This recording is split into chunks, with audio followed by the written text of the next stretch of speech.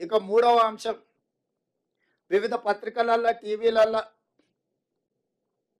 కొన్ని political party owned media కూడా రకరకాల రాద్ధాంతాలు, విషయాలను చిల్వలు పలువలు చేసి, లేదా ప్రభుత్వం మీద అపోహలు కలిగించడానికి, లేదా ఎక్కడనో సమావేశాలలో ఉన్న మంత్రులను, ఎమ్మెల్యేలను లేని వార్తల్ని ప్రశ్నల రూపంలో వాళ్ళని అడిగి వాళ్ళతో ఏదో ఒకటి మాట్లాడించి దానికి ప్రచారం కల్పించి ప్రభుత్వం యొక్క ప్రతిష్ట దెబ్బతీయాలని ప్రయత్నం చేస్తున్నారు.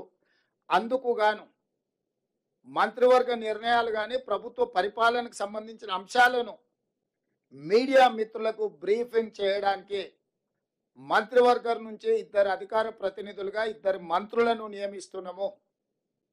దానికి శ్రీధర్ బాబు గారు మిత్రుడు, పొంగులేటి శ్రీనివాసరెడ్డి గారు బాధ్యత తీసుకుంటారు. మీడియా మిత్రులకు నా సూచన, మీకు ఎలాంటి ప్రభుత్వానికి సంబంధించిన అంశాలు కావచ్చు, వివరాలు కావచ్చు, అపోహలు కావచ్చు, మీకు సమాచారం కావాలంటే దానికి సంబంధించి శ్రీధర్ బాబు గారు, పొంగులేటి శ్రీనివాసరెడ్డి గారు ఎప్పుడు మీడియా మిత్రులకు అందుబాటులో ఉంటారు. వారిద్దరిచ్చే సమాచారమే అధికారిక సమాచారము.